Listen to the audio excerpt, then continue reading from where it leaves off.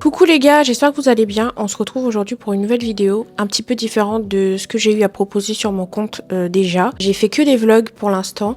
J'adore faire des vlogs, je trouve ça très sympa, etc. Mais je parlerai aussi très souvent de sujets un peu plus sérieux et qui parlent un peu plus à tout le monde.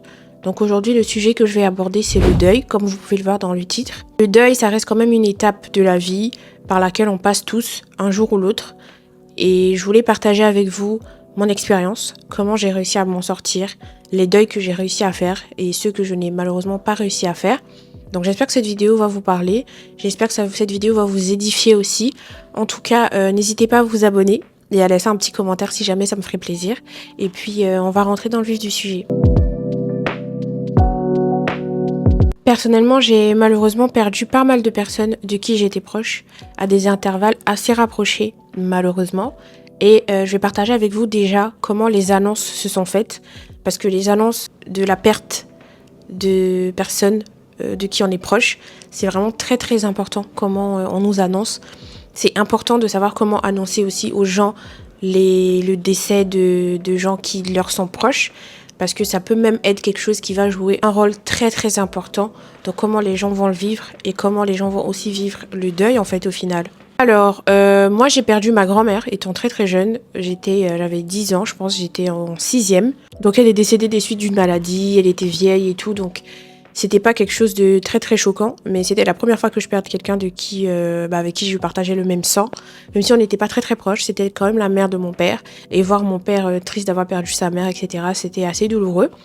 L'annonce a été un peu bâclée parce que on a eu l'info comme quoi elle était malade. Enfin, elle était déjà malade pendant très longtemps, elle était vieille, mais comme quoi là c'était assez grave et qu'elle était dans le coma et tout. On l'a eu ça dans la foulée, donc un jour comme ça, randomly dans la foulée. Et puis avec ma mère, on s'inquiétait, on se demandait ce qui se passait et tout. Parce qu'à l'époque, ma mère et moi, on était dans une autre ville de Côte d'Ivoire, pendant que notre famille de base, ils étaient tous à Abidjan. Donc en fait, on était nous deux à se demander qu'est-ce qui se passe. Et puis d'un coup, on a reçu, je crois que c'était mon père qui nous appelait, qui nous annonçait le décès. Mais lui-même, il était déjà dépassé par les événements. Donc il n'a pas forcément annoncé de façon correcte. Du coup, ça nous a surpris, ça nous a choqués, ça a été un peu difficile. Mais vu que j'étais très très jeune, on va dire que c'est quand même vite passé. J'ai facilement oublié, je suis facilement passée à autre chose. Les gars, désolé si le cadre a changé, s'il y a quelques petits changements et tout. C'est parce que j'ai eu des petits soucis techniques. Bon, là c'est réglé, donc tout va bien, on peut continuer. Donc comme je disais, après le décès de ma grand-mère, donc je n'ai pas connu de décès de personnes proches de moi.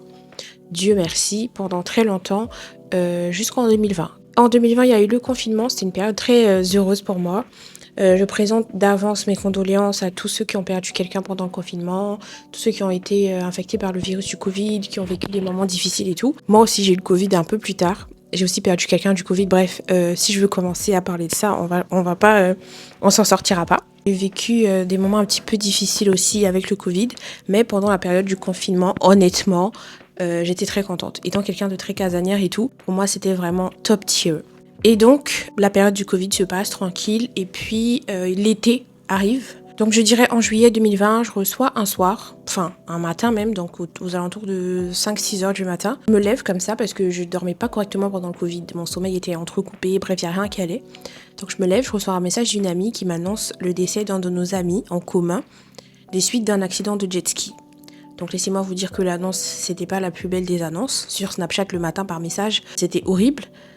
Et surtout, j'avais vu les stories de cette amie-là la veille qui était partie en vacances et tout. Je me lève, on m'annonce qu'il est décédé. Donc comment vous dire que j'étais plus que choquée. J'étais dépassée par les événements. Jusqu'à aujourd'hui, je n'ai pas réussi à pleurer et à verser une seule larme pour ce décès-là. Tellement le choc, quand on dit que les grandes douleurs sont muettes, les grandes douleurs sont vraiment muettes. Et donc il y a eu ça. Donc toujours pareil, l'annonce vraiment qui était pas folle. On est même reparlé à cette amie là après en lui disant meuf vraiment ne fais plus ça, ce n'est pas correct, il faut apprendre à passer des messages comme ça. Après je peux comprendre que ce n'est pas simple et que ce n'est pas facile, donc je ne te jette pas la pierre, mais fais attention pour les prochaines fois parce que tu ne sais pas dans quelles conditions les gens se trouvent des fois, dans quelles conditions les gens peuvent se trouver quand ils liront tes messages ou des trucs comme ça. Donc essaie de mettre la manière, tu vois, la prochaine fois et tout. Donc il y a eu ça.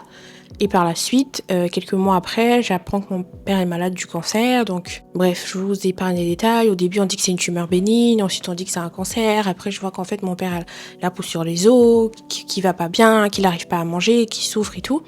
Et j'ai même prié Dieu à des moments en lui disant si tu sais que tu vas le prendre, bah prends-le là, fais-le là quoi, genre abrège ses souffrances, abrège aussi nos souffrances et tout.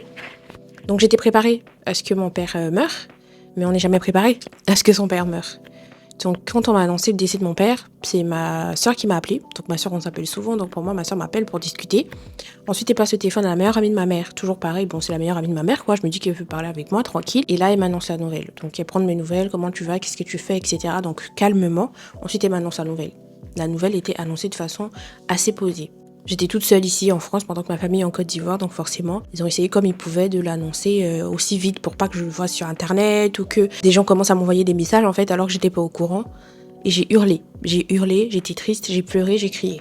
Donc en vrai, l'annonce est importante, mais peu importe comment on m'aurait annoncé, j'aurais eu la même réaction. Mais le fait qu'on m'ait annoncé ça aussi calmement et que je sache aussi dans quel état ma famille se trouvait, qu'ils n'étaient pas en train de mourir non plus et que eux ils essayaient de tenir la face, ça m'a permis aussi d'être triste, de hurler un bon coup, mais de me reprendre.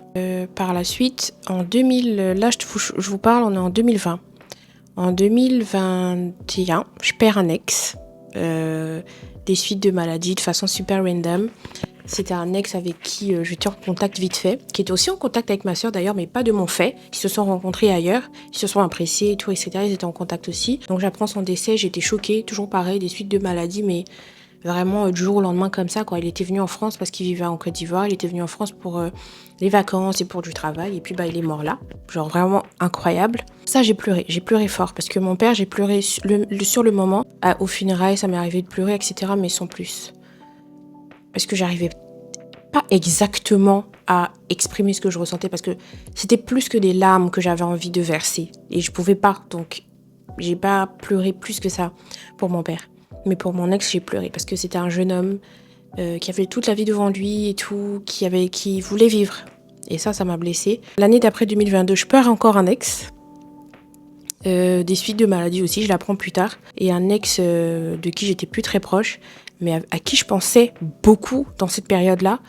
Et quand j'apprends qu'il est mort, toujours pareil, l'annonce se fait par une amie qui m'envoie un message. Non, cette fois-ci, elle m'a appelé. La même amie qui m'avait appelé pour notre amie pour le jet ski. Cette fois-ci, elle m'a appelé, mais de son numéro des États-Unis directement sur ma ligne d'Abidjan. Parce que j'étais en vacances à Abidjan. Et là, je me suis dit, ok, encore elle, qui m'appelle depuis son numéro des États-Unis. Donc, elle va payer un hors forfait, etc. C'est que c'est urgent et grave. Et là, elle m'annonce le décès de mon ex. Parce qu'on était tous amis aussi. C'était le roommate d'ailleurs de notre ami qui est mort avec le jet ski. Enfin, à cause du jet ski. Et là, pareil, je m'effondre et je pleure pendant 2 jours. J'arrive pas, je suis même pas allée à ses obsèques et tout, tellement j'étais choquée quand j'ai appris les conditions de sa mort. Quand je me suis dit, en fait, à chaque fois que je pensais à lui, j'aurais pu lui écrire ou aller le voir. C'était mon ex, donc je voyais, il y avait pas d'intérêt, quoi. J'avais pas envie, tu vois. Mais j'ai regretté de pas l'avoir fait. Toujours pareil, c'est comme ça qu'on perd quelqu'un et tout. Mais cette annonce a été faite beaucoup plus calmement. Mais bon, ça a été dur quand même.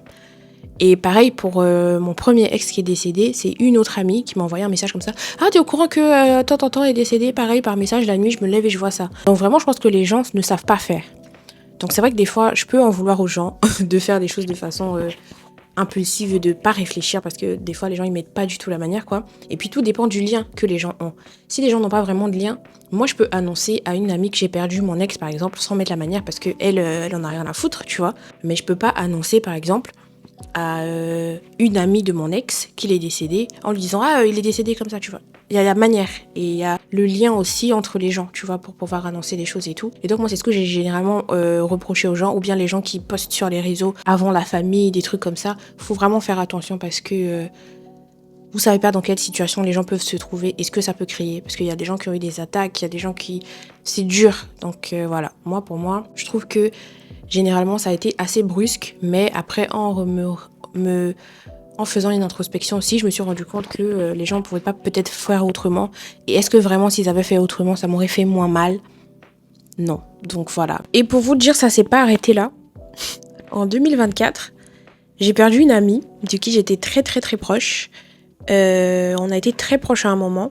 On s'était un petit peu éloignés, toujours pareil, parce qu'on était dans des pays différents, qu'on avait des dynamiques différentes et tout. Mais ça a toujours été une amie qui a toujours su répondre présent pour moi, qui m'offrait toujours des trucs à mon anniversaire, des fleurs, des livres, des chocolats. En tout cas, une amie comme ça, qui, on se parlait pas tout le temps, mais qui se souvenait des bons moments, des moments tristes et qui était là. Et puis j'étais partie à Abidjan pour le mariage de ma sœur. Et il y avait l'anniversaire de une autre de mes sœurs. Donc on était au resto, en train de manger et tout. Et puis j'ai commencé à voir que des gens m'envoyaient des messages, mais sans vraiment dire ce qui se passait. Que j'ai une de mes amies qui a contacté mon autre sœur, parce que j'ai 3 sœurs. Donc il y avait l'anniversaire de ma deuxième sœur. Et il y avait ma troisième sœur qui était assise à côté de moi. Et qui recevait des messages d'une amie à moi. Mais en même temps, ma sœur cachait les messages. Donc je comprenais qu'il y avait un truc. Au final, on a fini par m'annoncer. Mais en fait, il y a eu tellement de chichi pour réussir à m'annoncer ça que...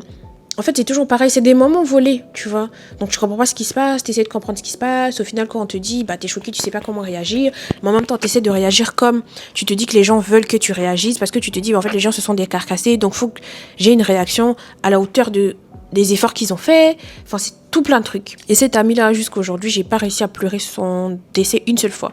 Au point où ma soeur m'a demandé, mais c'était quoi vos liens? Tu vois, et j'ai dit à ma soeur, bah, on a été proches à un moment, et c'est quelqu'un que j'ai beaucoup aimé. Elle était malade, j'étais pas au courant déjà, mais c'est surtout que, en fait, elle était malade, mais c'était une maladie qu'elle avait de base, c'était une maladie génétique, je crois que c'est comme ça qu'on dit, et donc en fait, tu vois, ça lui arrivait souvent de se faire hospitaliser pour ça et tout. C'était pas non plus quelque chose que je m'attendais à ce qu'elle en meure, tu vois.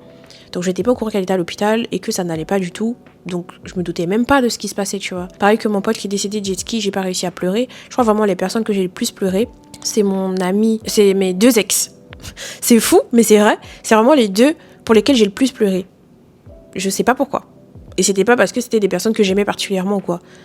Ou que voilà, c'est des personnes avec qui j'ai vécu des trucs très spécifiques, des moments spéciaux qui ont été là, des périodes spécifiques de ma vie qui font que tu vois, je vais forcément penser à eux, mais c'était pas spécialement parce que j'avais des trucs particuliers, tu vois, genre mon père par exemple.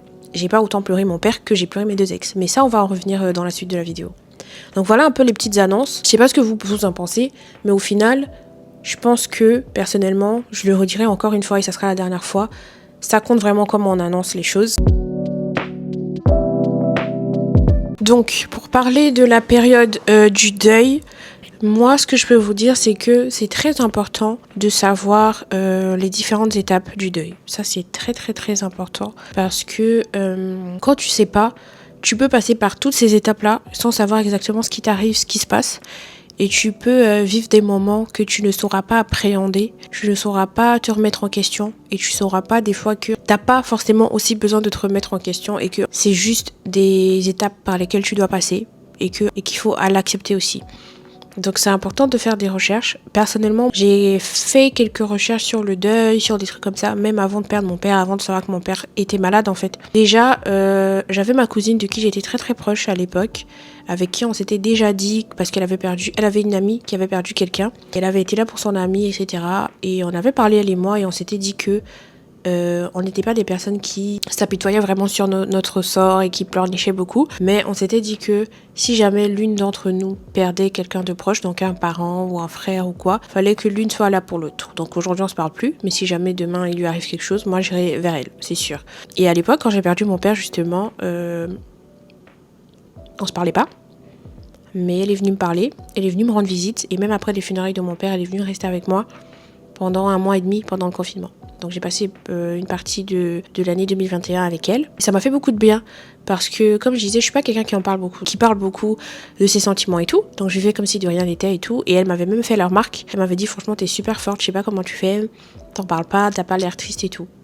Mais c'était pas forcément une bonne chose parce que je ressentais de la tristesse, de la colère, tout ça et c'était enfoui en moi. Du coup, il y a plusieurs étapes du deuil. On passe pas tous par les mêmes étapes au même moment et certains ne passent pas par certaines étapes d'ailleurs. Donc on a le choc, le déni, la colère, la dépression certaines fois, l'acceptation, etc. Et du coup, il n'y a pas d'ordre spécifique.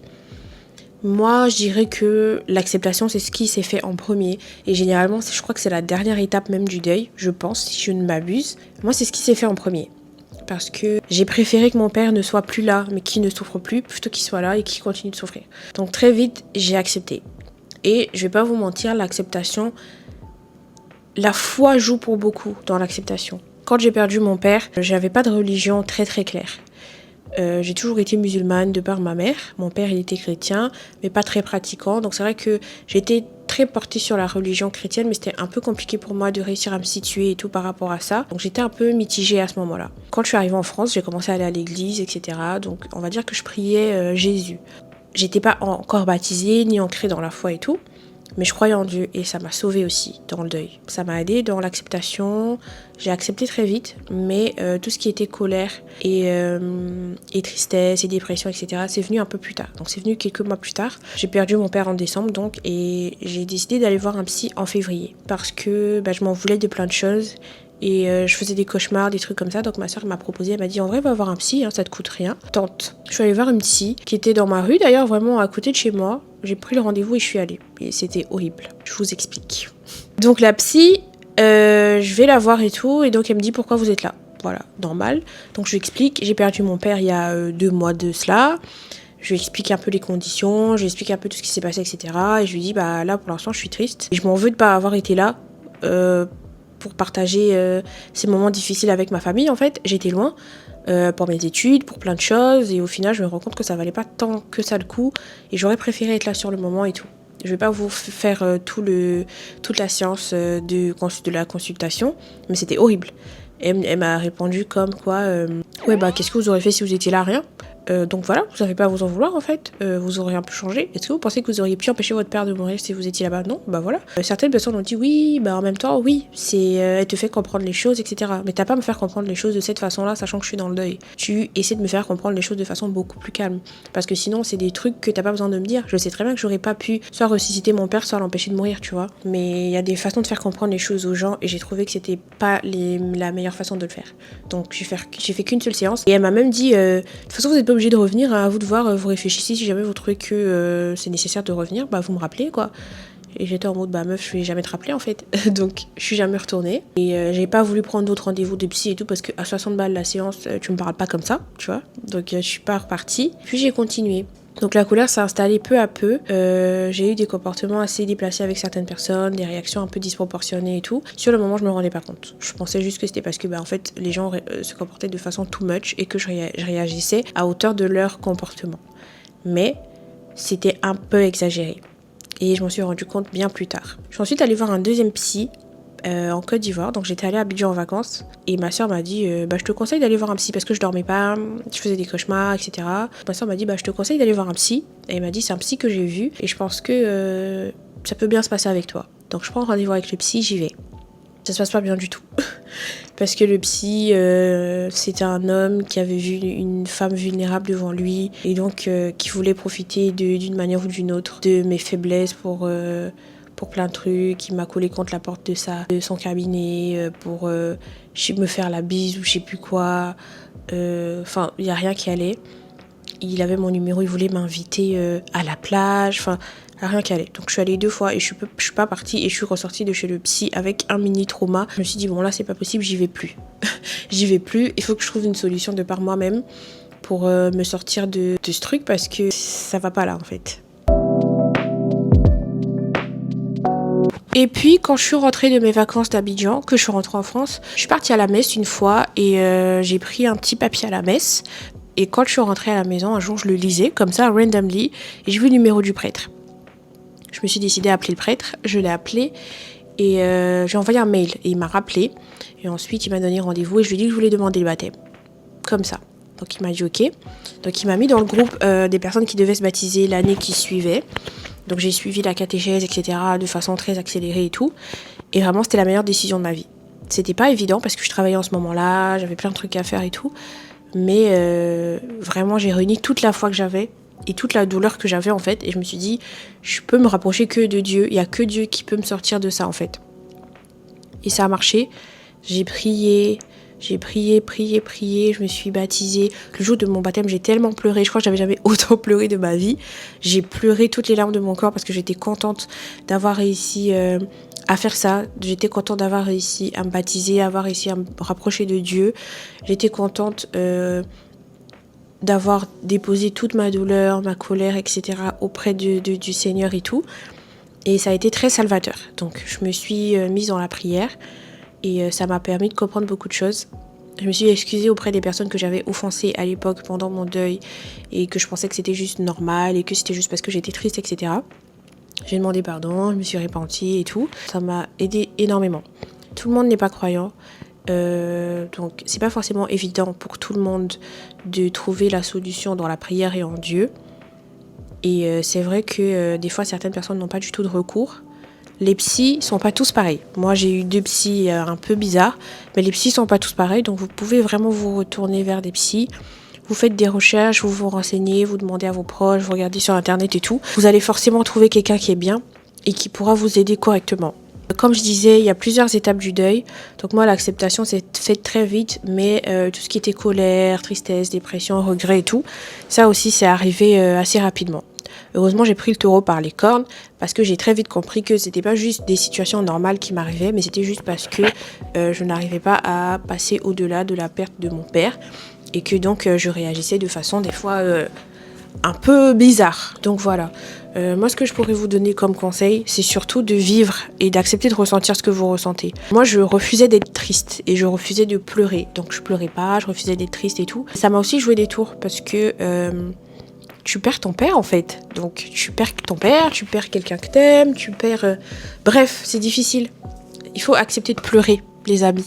Il faut accepter d'être vulnérable, il faut accepter d'être triste. Et voilà, il faut embrasser tous les sentiments qu'on ressent. La tristesse, la colère, le regret, tout ça. Il faut accepter que c'est des sentiments qui font partie de la vie. On ne peut pas tout le temps être content. Donc il y a des moments où on va être triste, où on va être déçu, etc. Et il faut vivre ces moments-là et trouver un moyen comme un autre de pouvoir les dépasser. Mais ne pas vouloir les refouler. Moi, j'ai prié, mais je m'étais aussi mise dans le sport.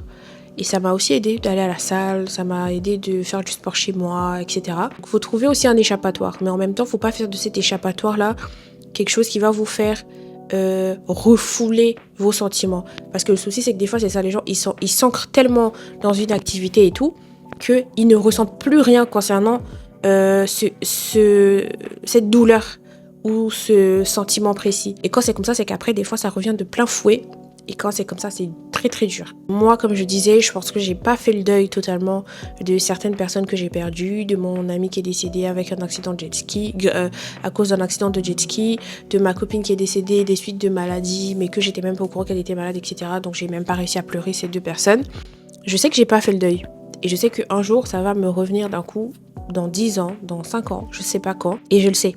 Malheureusement, je peux pas non plus faire autrement parce qu'il y a plein de trucs qu'on peut contrôler dans la vie et il y a certaines choses qu'on peut pas contrôler. Donc là, moi, je vous ai donné des petits conseils, j'ai donné mon avis sur ça et tout ça, mais je n'ai pas la science infuse parce que la preuve, je me suis baptisée, j'ai laissé tout à Dieu, je suis allée voir des psys, j'ai essayé d'en parler, j'ai prié, j'ai tout essayé et aujourd'hui, je peux dire que j'ai fait le deuil du décès de mon père. J'ai réussi à faire le deuil du décès de mes ex. Dire mes ex, c'est un peu too much, mais c'est ce qu'ils étaient, littéralement. Et j'ai pas réussi à faire le deuil de mes 2 amis qui sont décédés. C'est très difficile parce que des fois tu te dis oui, mais il faut que je passe à autre chose et tout. Et des fois tu vas jamais passer à autre chose. Tu vas aussi vivre avec. Et ça, faut pas l'oublier, c'est que le deuil, on vit avec. Donc, on n'oublie jamais des personnes qu'on a aimées, on n'oublie jamais des personnes avec qui on a vécu des moments géniaux. Et voilà, tu vas te rappeler de ces moments-là et tu vas te rappeler qu'ils sont plus là. Tu vas être triste, mais ça va passer. L'oubli existe. Heureusement que Dieu a créé l'oubli. Et donc, ça fait que aujourd'hui on oublie. Donc, tu peux passer des moments, vivre. Et quand tu te souviens, ça te fait mal. Des fois, ça te fait même mal de te rendre compte que tu vis en étant heureux et en ne pensant pas à ces personnes-là qui un jour ont fait partie de ta vie et qui sont plus là aujourd'hui. Mais c'est comme ça, c'est la vie. Et heureusement que ça existe, parce que vous imaginez même pas à quel point on aurait des vies pourries si on passait notre temps à penser aux morts. Ça serait horrible. Je ne suis pas là pour évangéliser. Je suis pas là pour dire aux gens que parce que t'as perdu quelqu'un, faut croire en Dieu. Je dis ce qui a marché pour moi. Croire en Dieu, ça m'a beaucoup aidé. Mettre ma foi en Dieu, ça m'a beaucoup aidé. J'ai toujours cru en Dieu. Mais pousser les choses, ça m'a beaucoup aidé. Aujourd'hui, quand je suis triste, je prie. Quand je suis heureuse, je prie. Je lis la parole de Dieu et tout. Elle m'a franchie. Et voilà, c'est ce qui m'a aidée. Je suis très contente d'avoir réussi à sauter le pas. Et je suis très contente aujourd'hui d'être consciente de tout ce qui m'entoure. D'être super aware, comme disent les Anglais, des choses. Et de pouvoir en fait savoir exactement quel sentiment je ressens. Et de travailler dessus. Des fois, quand je suis triste, j'accepte d'être triste. Quand je pense à mon père et que je suis déprimée. J'accepte d'être triste et d'être déprimée. Ça passe, tout finit par passer, donc ça passe après. Mais je dis pas non, mais je peux pas être triste, je peux pas déprimer parce que sinon je vais mettre les gens autour de moi mal à l'aise. Ou bien oui, je peux pas être triste, je peux pas déprimer parce qu'aujourd'hui ça fait 6 ans presque qu'il est mort, donc je peux pas toujours rester dans ça. Je peux même être triste tous les jours si je veux. J'ai perdu mon père en fait. J'ai vécu 21 ans, presque 22 ans avec mon père. Et maintenant, il faut que depuis 5 ans et demi, j'apprenne à vivre sans lui. Donc, j'ai vécu plus de temps avec lui que sans lui. Donc, c'est sûr que je pourrais jamais totalement me dire « Oh, ça va », tu vois. Il y a des jours où c'est dur. Il y a des fois où je me souviens plus de sa voix et je me dis « C'est pas possible, je vais écouter des vidéos ». Il y a des fois où je suis triste de pas avoir de photos avec mon père. J'ai pas de photos avec mon père. J'ai pas de photos avec mon père, en fait. Alors que mon père, il adorait les photos, il faisait des photos tout le temps. J'ai pas de photos avec lui. Donc, il y a des moments comme ça, tu te dis « Putain, t'as des regrets, quoi ». Mais ça fait partie de la vie et ça fait partie du deuil qui ne finit jamais. Tu peux le faire ton deuil, c'est-à-dire que faire son deuil, ça veut dire que tu as accepté. Tu n'es plus triste pour rien, tu ne regrettes plus, tu te dis c'est ok. Mais il y a quand même des sentiments qui resteront toujours en nous. C'est d'avoir des petits regrets vite fait, de se dire oh ça j'aurais pu faire différemment, bon c'est pas grave. Dans une autre vie je ferais mieux, tu vois, c'est comme ça. Donc ne refoulez pas vos sentiments, parlez à vos proches et surtout, un truc qui est très important, n'en voulez pas aux gens qui ne savent pas comment venir vers vous, comment vous parler, etc. Parce que ça arrive beaucoup. Quand j'étais jeune, je savais pas trop comment me comporter avec des gens qui perdaient des proches. Donc j'essayais d'envoyer des messages et tout, mais après je restais dans mon coin parce que je savais pas comment les consoler. Et puis j'ai perdu quelqu'un. J'ai perdu mon père, j'ai perdu des amis, j'ai perdu des proches. Et j'ai compris que des fois t'as même pas besoin de parler, juste sois là. Et aujourd'hui quand j'ai des proches qui perdent quelqu'un, je leur parle, j'essaie d'être là pour eux, je leur envoie des messages, mais j'essaie au maximum juste d'être présente. Genre même si on te voit juste dans un coin de la pièce, on sait que t'es là. Genre même si t'offres juste un petit cadeau, on sait que t'es là. C'est important. Comme disent les Anglais, show up. Vraiment, c'est l'expression qui est adéquate. Just show up. Genre, sois là, montre-toi, sois présent. Autant que tu peux. Humainement, c'est difficile des fois de savoir comment se positionner face à la douleur des gens. Mais des fois, les mots ne sont pas assez. Ou bien, on ne sait pas quel mot choisir. Du coup, à ce moment-là, on peut juste se taire et être présent. D'une manière ou d'une autre. D'une manière ou d'une autre. Faut être présent, faut pas lâcher les gens. Parce que les gens se souviendront toujours de ceux qui ont été là, mais ils se souviendront aussi de ceux qui n'ont pas été là. Et même si t'as pas été là pour des raisons qui peuvent être justifiables, ce qu'on retient, c'est que t'as pas été là en fait. Donc voilà. On n'est pas parfait, on fait de notre mieux, on apprend, on continue d'apprendre. Et voilà. Donc personnellement, donc pour conclure, je vais un peu revenir sur ce que je dis, mais voilà. Pour conclure, ce que je peux vous dire, c'est de ne pas avoir peur de vos sentiments. De ne pas refouler vos sentiments quand vous êtes en deuil, quand vous perdez quelqu'un. Entourez-vous de bonnes personnes avant de vous retrouver dans des situations de deuil. Parce qu'une fois que vous êtes déjà dedans, vous voyez le vrai visage des gens et des fois c'est très dur, c'est très très difficile. Entourez-vous de bonnes personnes pour que quand vous vous trouvez dans des situations de douleur ou de bonheur, vous puissiez les partager avec des personnes bien et des personnes adéquates. Ce que je peux vous dire aussi, c'est ne vous en voulez pas de quoi que ce soit. Parce que humainement, on fait tous de notre mieux. Et malheureusement, s'il y a des choses que vous n'avez pas pu faire avant de perdre quelqu'un, c'est dommage. Mais vous faire culpabiliser, vous auto-flageller, etc., ça va rien changer. N'ayez pas de regrets. C'est facile à dire, ça va venir des fois.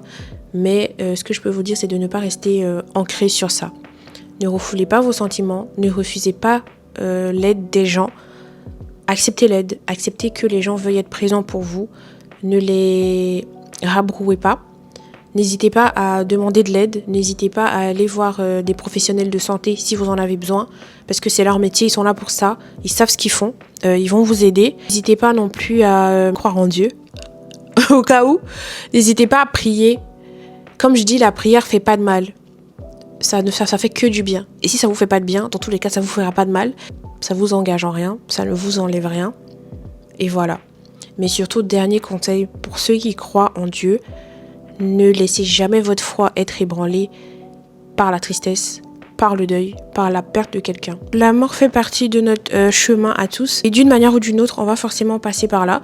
C'est pas parce que vous êtes malade ou que vous avez quelqu'un qui est malade que Dieu n'existe pas et tout. Le bien, le mal, la douleur, le bonheur, tous ces sentiments et toutes ces situations qu'on vit font partie de la vie. Donc que tu crois en Dieu, que tu crois pas en Dieu, tu vas passer par là. On passe tous par là au bout d'un moment. Donc soyons réalistes. C'est-à-dire que si c'est la foi qui va t'aider à passer à autre chose et t'aider à aller mieux, si c'est ta foi, ne t'éloigne pas de ça juste parce que t'es triste. C'est facile à dire. Ça peut arriver que t'aies des moments de faiblesse et que tu te dises non mais là j'en peux plus, j'ai pas envie, c'est pas possible que Dieu existe et machin. Ça arrive. C'est même difficile à le dire, mais ça arrive. Mais il faut très vite reprendre ses esprits. Comme je dis, je suis pas là pour donner des leçons ou bien pour emmerder les gens, je suis pas là pour évangéliser, etc. Mais je suis là pour dire ce que je pense et ce que je ressens. Donc voilà un petit peu. Je voulais partager ça avec vous. J'espère que cette vidéo vous aura plu. Et voilà, n'hésitez pas à vous abonner, comme j'ai dit plus haut, et à laisser un petit commentaire. Je vous fais plein de bisous. J'apporte toute ma force et tout mon amour aux personnes qui sont en ce moment même en train de traverser des situations difficiles, de deuil, de parents malades, etc. Dites-vous que tout finit, tout passe et que rien n'arrive au hasard. Que Dieu vous garde et je vous fais de gros bisous, guys.